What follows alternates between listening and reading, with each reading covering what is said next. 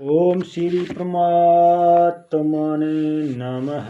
Shri Hari channel पर सभी ऋषिमुनियों के चरणों में प्रणाम करता हूँ। सब संतजनों के चरणों में प्रणाम करता हूँ। सभी मेरे देशवासियों को प्यार एवं स्वागत करता हूँ। इस वीडियो को आप पूरा सुनें।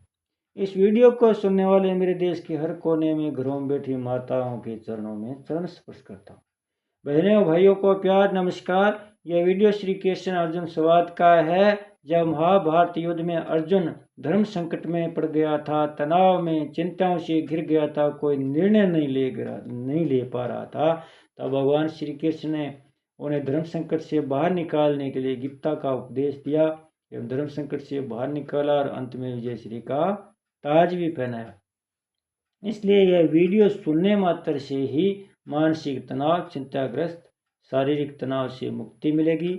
इसलिए आप सब श्रोतागण से मेरी विनती है कि इस सुप्रभात में पुण्य का भागीदार बनकर जन कल्याण में अपना सहयोग देवें। वीडियो को ज़्यादा से ज़्यादा शेयर भी करें।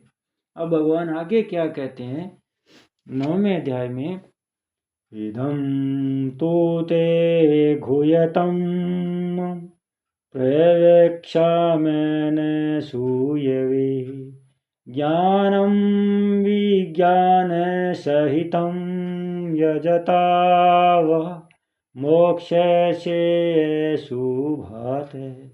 श्री भगवान बोले, यह अत्यंत गोपनीय विज्ञान सहित ज्ञान, दोष दृष्टि रहित तेरे लिए तो मैं फिर अच्छी तरह से कहूँगा, जिसको जानकर तू अशुभ से अर्थात जन्मन रूप संसार से मुक्त हो जाएगा। व्याख्या कहे, इदम तू ते गुह्यतम प्रवेक्षा में न सूये। भगवान के मन में जिस तत्व को, विषय को कहने की इच्छा है, उसकी तरफ लक्ष्य कराने के लिए यही भगवान सबसे पहले इदम यह शब्द का प्रयोग करते हैं।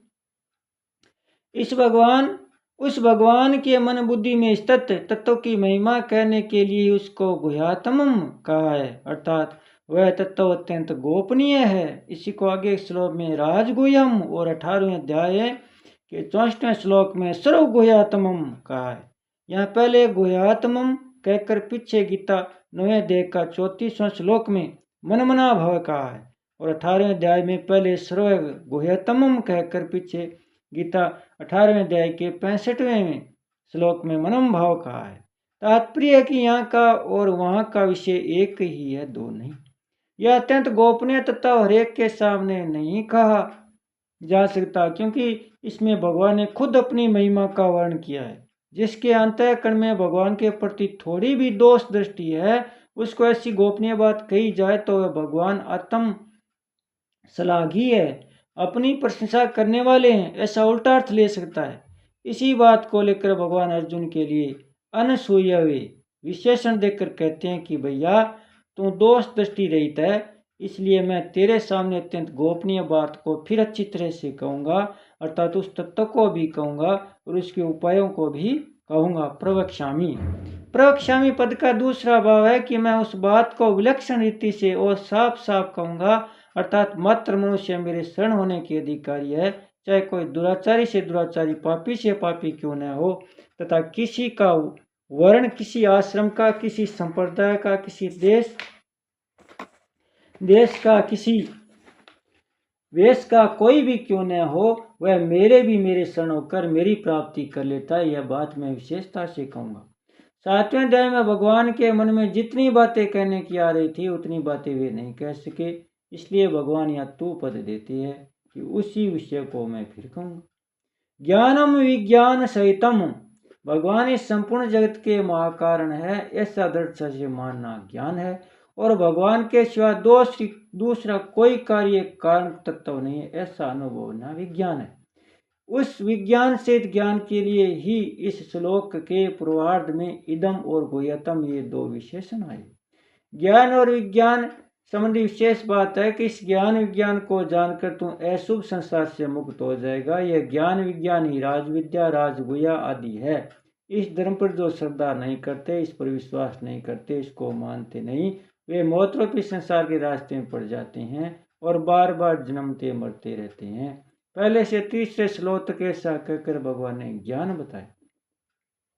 अव्यक्त मूर्ति मेरे से यह संपूर्ण संसार व्याप्त है, अर्थात सब कुछ मैं ही मैं हूँ, दूसरा कोई है ही नहीं। चौथे छठे श्लोक तक ऐसा कहकर भगवान ने विज्ञान बताया।